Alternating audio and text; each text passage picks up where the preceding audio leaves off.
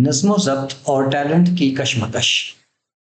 نظم و ضبط ایک بہتر زندگی کے لیے ضروری، اس میں حسن کا باعث اور کامیابی کی ضمانت ہے، مگر اس کی بے لچک پابندی زندگی کو زندان بنا کر رکھ دیتی ہے، جہاں فکر اور تخلیق گھٹ کر مر جاتے ہیں۔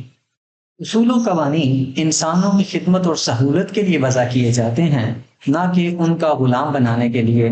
چنانچہ جہاں کہیں یہ ان کے کسی نقصان کا باعث بنے، انہیں تبدیل یا معطل کر دینا چاہیے یا ان میں گنجائش پیدا کرنی چاہیے۔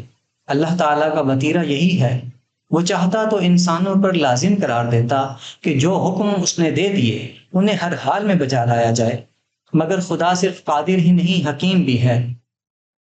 انسانوں کے مختلف حالات کی رعایت سے وہ اپنا حکم تبدیل کر دیتا ہے۔ معمول کی نماز ادا کرنے میں مشکل پیش آ جائے تو نمازوں کو قصر اور جمع کر لینے کی اجازت ہے۔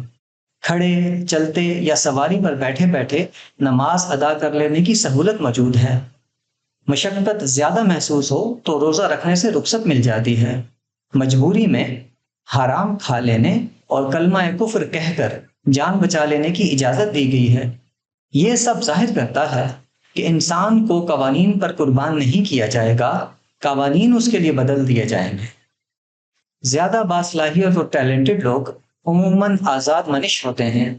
نظم و ضبط کی بے لچک پابندیاں ان کی غیر معمولی صلاحیتوں کو نقصان پہنچاتی ہیں۔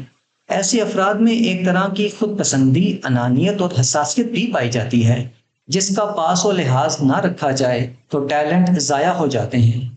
جن محکمہ جات میں نظم و ضبط پر کوئی سمجھوتا نہیں کیا جاتا، وہ تمام تر سہولیات دستیاب ہونے کے باوجود کوئی اچھا کھلاڑی، ادیب یا ماہر فن پیدا نہیں کر پاتے۔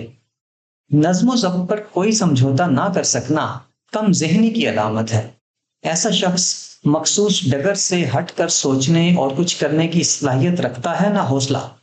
روٹین اور ڈسپلن کا پجاری اینٹیں ڈھونے والے جانور کی طرح ایک ہی رستے پر ایک ہی کام بار بار کر لینے ہی کو سرمایہ افتخار سمجھتا ہے۔ کاغذوں میں یہ لوگ کامیاب منتظم کہلاتے ہیں، مگر ان کے زیر سایہ کوئی تعمیری اور تخلیقی کام نہیں ہو سکتا۔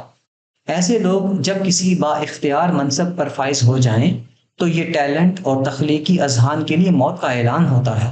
نہ جانے کتنے ہی بہترین کھلاڑی، علماء، محققین اور ماہرین فن نظم و ضبط کی بے لچک پابندیوں کے ہاتھوں ضائع ہو جاتے ہیں، حالانکہ وہ اس لائق ہوتے ہیں کہ اصول و قوانین ان کے لیے نرم کر دیے جائیں۔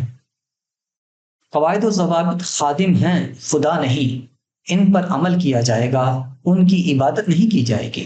ضرورت ہو تو انسانوں کے لیے انہیں بدل دیا جائے گا، مگر انسانوں کو ان پر قربان نہیں کیا جائے گا۔